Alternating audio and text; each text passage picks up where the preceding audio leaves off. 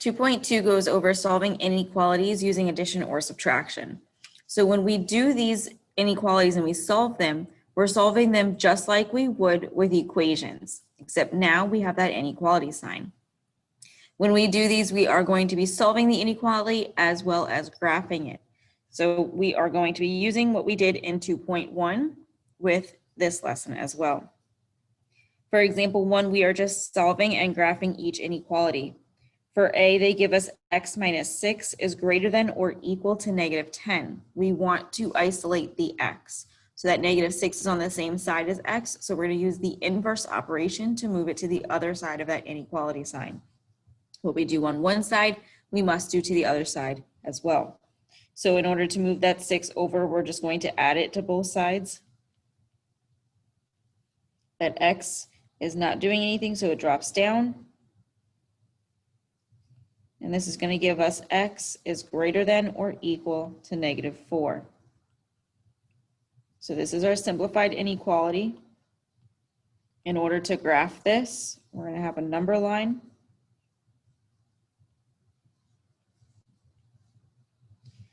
We're going to have that negative 4 and the numbers that surround it. So at least negative 5 and negative 3 around it. Our inequality sign has that line underneath it, so we know it includes that negative 4. So we're going to have a closed circle on that negative 4. And then our line goes the same way that our inequality points, since our variable comes first in it. Our sign points to the right, so our line will also run to the right.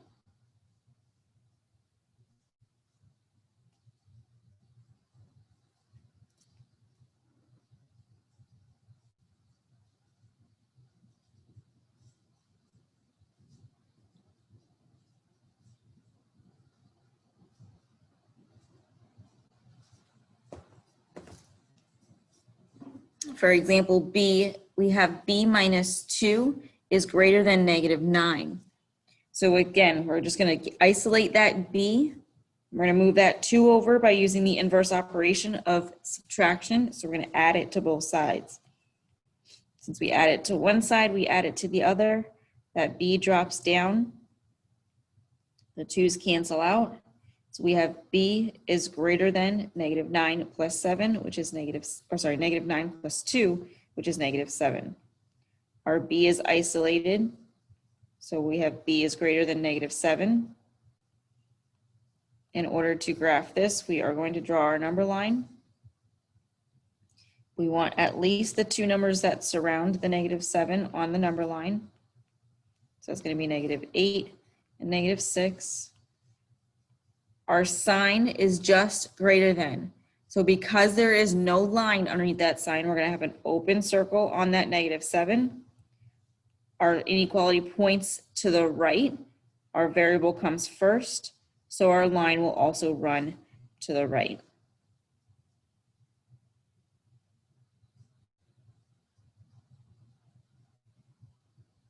So remember, as long as your inequality has your variable that comes first, the sign points to the way you draw your line.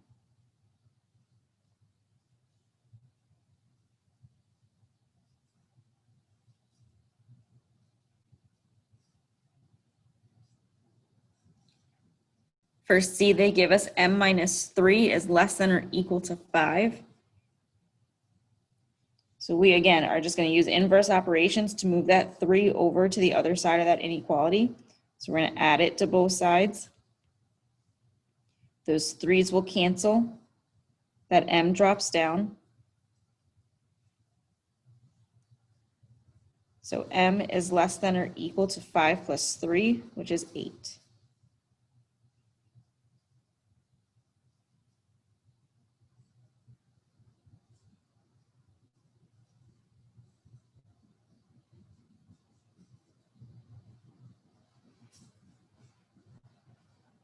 To graph this, we are just going to draw our number line, include the numbers that surround that 8.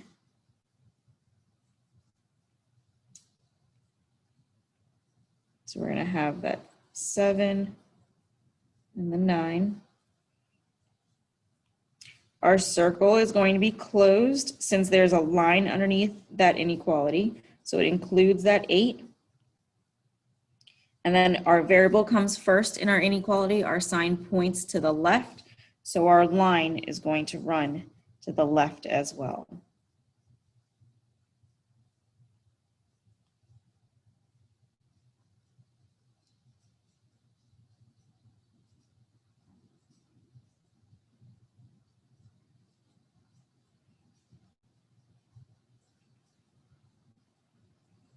For D, we have 1/4 is greater than y minus 1/4. So we're just going to move that 1/4 over by adding it to both sides. We have like denominators with our fractions, so we can just add the numerators. 1/4 would cancel, the y drops down. The 1/4 plus 1/4 gives us 2/4 is greater than y. We're going to rewrite this to where y comes first, as well as that 2/4 is simplified. So y is less than the 2/4 is 1/2.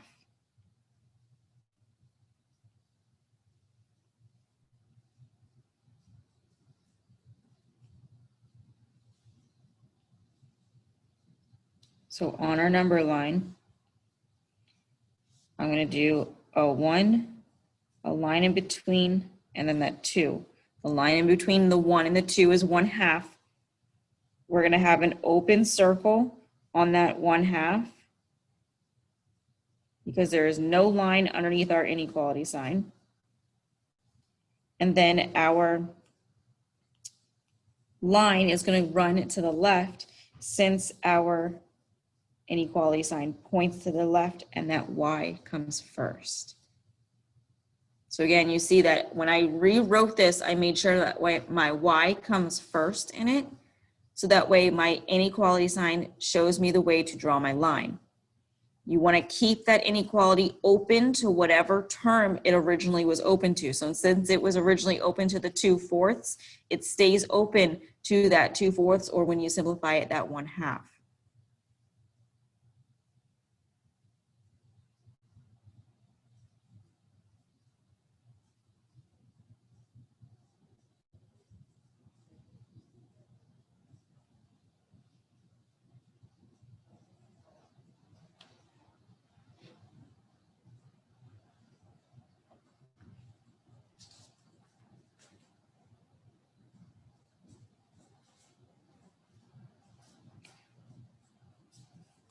For our next example, we're doing the same thing. We're solving each inequality and we're graphing the solution. For A, they give us y plus 8 is less than or equal to 5. So we're just going to move that 8 over by using the inverse operation of addition. So we subtract it from each side.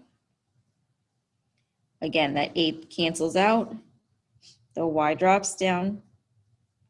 So we have y is less than or equal to 5 minus 8, which is -3.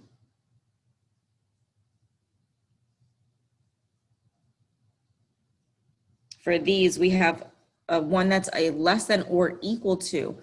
So since there is a line underneath that inequality sign, when we go to graph it, there's going to be a closed circle on the number -3. So we're going to do a number line. Again, I want at least the numbers that surround that -3 on my number line. So I'm going to have -2 and -4, as well as that -3. We have y is less than or equal to. So because there's that line underneath the inequality, once again, we're going to have a closed circle on that -3. That variable comes first. So that inequality sign points to the way you're going to draw your line. It points to the left. So we draw our line to the left.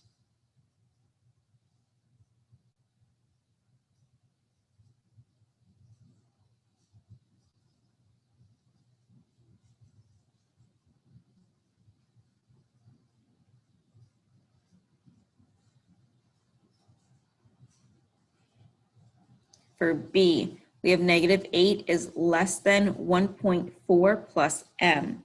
So again, I'm just going to move that 1.4 over to the other side of that inequality. There's no sign in front of it, so I treat it as a positive number. So I'm going to do the opposite of a positive, which is a negative, which means subtraction. So subtract the 1.4 from each side.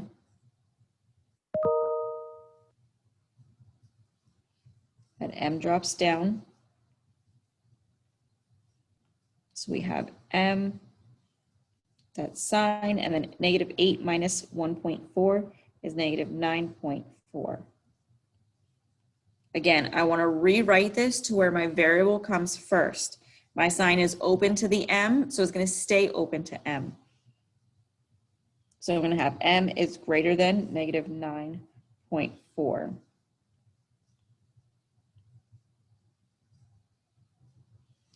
When I draw my number line,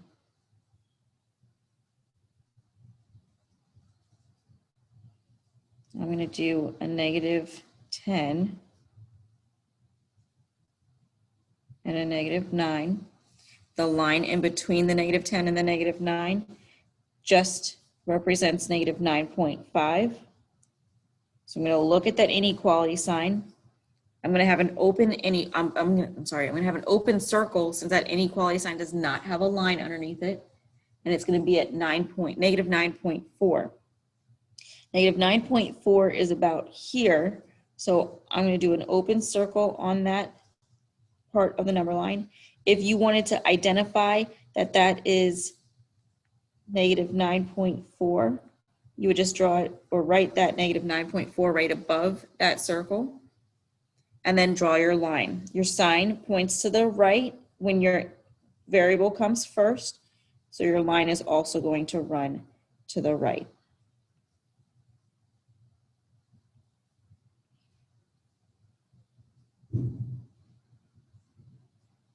So again, if you have a number that's like this, where it's not a specific half or whole of a number, then you can actually designate what specific number you're representing on that number line right above that circle.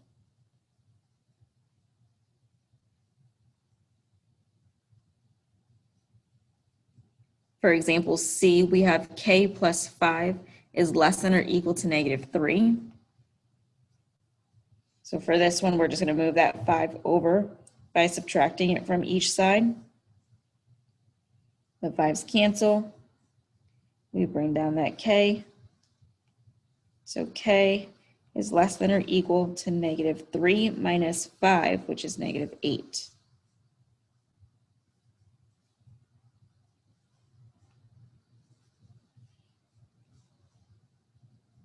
On my number line, I'm going to have that negative 8 and at least the two numbers that surround it. So negative 7 and negative 9. My inequality is less than or equal to. It is equal to, so I'm going to have a closed circle. Again, there's a line underneath that inequality, which designates a closed circle. Then my inequality has that k that comes first.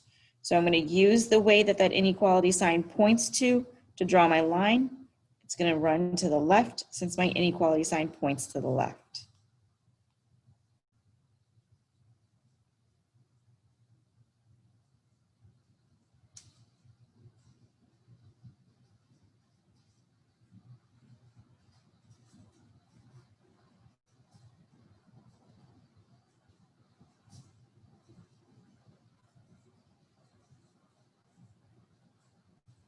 For D, we have 5/6 is less than or equal to Z plus 1/6. So I'm just going to move the 1/6 over by subtracting it from each side. Once again, with this fraction, you have like denominators. So you can just subtract the numerators and keep the denominator. These would cancel. That Z drops down. So 5 minus 1 gives us 4/6.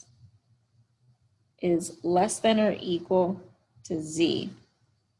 I want to rewrite this to where Z comes first. So my sign is open to Z, so it's going to stay open to Z. And I'm also going to simplify that 4/6 to be 2/3.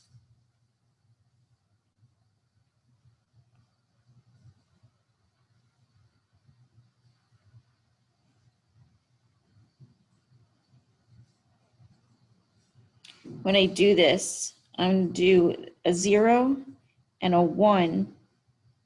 And I'm going to do 2 lines in between to represent 1/3 and 2/3. So this would be 1/3. This is 2/3. And that 1 would be 3/3, or just 1. For this one, we have z is greater than or equal to. So since there's that line underneath that inequality, we're going to have a closed circle on that 2/3. And then we use the way that our inequality sign points to draw our line. It points to the right. We draw our line to the right of that closed circle.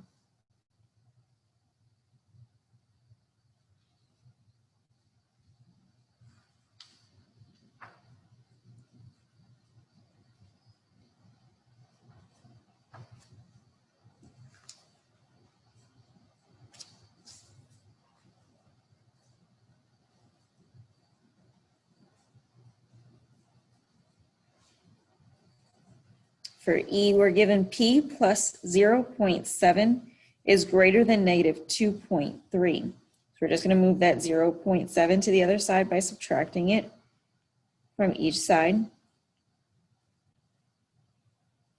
The 0.7s are going to cancel. The P drops down. So P is greater than negative 3.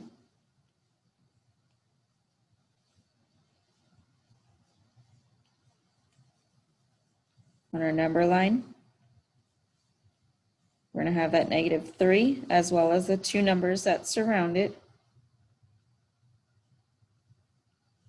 Our inequality sign does not have a line underneath it, so we're going to have an open circle on that negative 3. And then we're going to draw our line to the right since our inequality sign points to the right.